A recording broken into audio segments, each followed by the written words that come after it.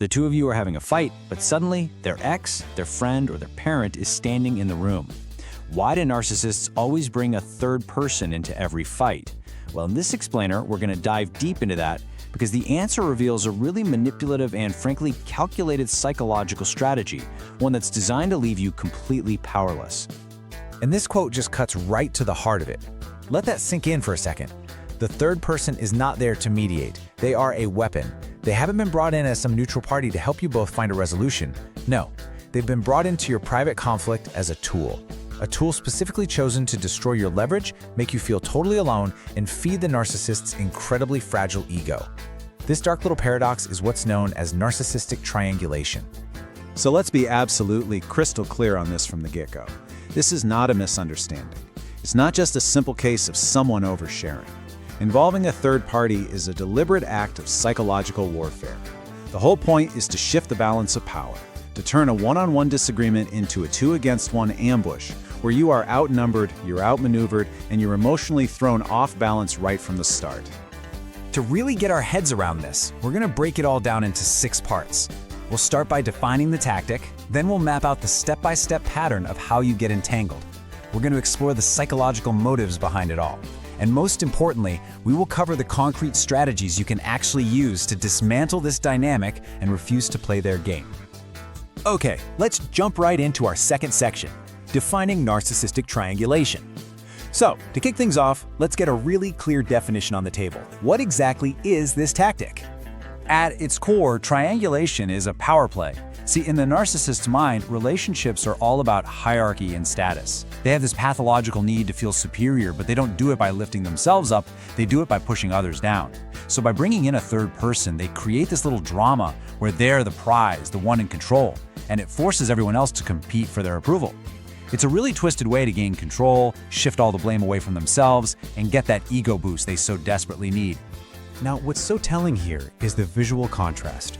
Healthy relationships, right? They rely on direct communication. If person A has an issue with person B, they talk to person B. Simple. But it requires vulnerability, taking some responsibility. And for a narcissist, that kind of directness is a massive threat. It opens them up to criticism, to being seen as flawed, what we'll talk about later as a narcissistic injury. So to avoid that, they create this detour. Person A, the narcissist, doesn't take their issue to you, person B. Now, they go to person C, which lets them control the entire story without ever having to face you directly. And you see this play out in a few classic forms. Romantic triangulation, that's a big one. Casually mentioning how wonderful an ex was or how much someone else wants them, all to stir up jealousy and insecurity. The message is always, you're not good enough and you're replaceable. It keeps you on your toes, desperate for their approval. And then there's conflict triangulation. During a fight, they'll be texting a friend a completely one-sided version of the story, and then they'll turn to you and say, well, Sarah agrees with me. In every single case, the goal is exactly the same. Invalidate your feelings and dodge any and all accountability. So now that we know what this tactic is, let's move on to section 3 and look at the mechanism itself. How is this trap actually set? Let's unpack this systematic pattern the narcissist uses to pull you into this toxic web. This whole thing unfolds in 4 very deliberate steps. First up is issue avoidance. You try to bring up a real problem. Maybe it's about money or the way they spoke to you, but they just refuse to engage. They'll stonewall you, change the subject, or say you're being too sensitive. The goal is to shut down any real two-person conversation. From there, they immediately go to step 2, baiting. They reach out to a third person, a friend, a family member, maybe even an ex, and they feed them this distorted, super emotional story. And in this story, they are always the victim and you are the bad guy. This kicks off step 3, competitive entanglement. The narcissist will subtly, or sometimes not so subtly, put you and this other person in competition for their affection. They'll say things like, well, my ex never had a problem with this, forcing you to try and win them back. And all of this leads to the final devastating step, proof. Your completely normal reaction to this bizarre, unfair situation, your confusion, your anxiety, your desperate attempts to set the record straight, is then weaponized against you. The narcissist turns to that third party and uses your emotional response as proof that their twisted story was right all along. They literally create the crisis and then blame you for reacting to it. It is a masterful, insidious form of gaslighting. They don't just set the fire, they blame you for getting burned. Which brings us to section 4, the manipulator's motive. Why does this work so well? I mean, to really get that, we need to look at these psychological drivers for both the manipulator and their target. What is going on inside their heads during all of this? This slide here just lays out the two sides of the coin perfectly. Let's start with the narcissist. Their main driver is ego protection. They live in this constant mortal fear of what's called a narcissistic injury, basically any criticism that threatens their inflated but paper-thin self-image. Triangulation is their shield. It also acts as supply insurance. Supply is just the attention and validation they crave. By keeping a third person waiting in the wings, they hedge their bets against their deep fear of abandonment. They always have a backup. Now, let's look at the target. You are often driven by a really powerful need to get back to normal, to chase validation. You remember the good times and you're desperate to get back there, usually by trying to be better than this other person. And of course, that just makes you easier to control. Your fear is abandonment and chaos, and the emotional roller coaster of this dynamic is exactly what makes it so addictive and so confusing. Okay, we have analyzed the problem, we've looked at the pattern, we've dug into the psychology. Now, for Section 5, let's switch gears from analysis to action. How do you actually defend yourself against this? How do you tear down this toxic structure and get your power back?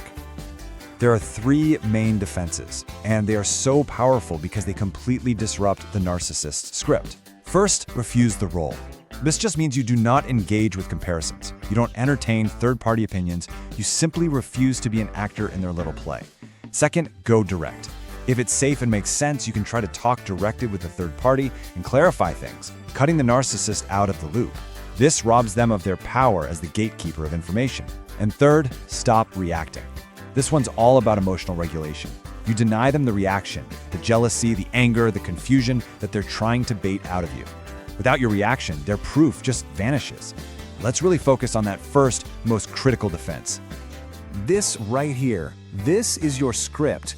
When the narcissist tries to bring up an ex or a friend or anyone else, you calmly and firmly interrupt them. You say, "My issues are with you. I will only discuss them with you. I will not compare myself to anyone else."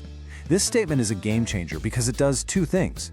It redraws the boundary of a healthy two-person relationship, and it flat out denies them the competition they're trying to create. You are literally taking yourself off the game board. You're refusing to play.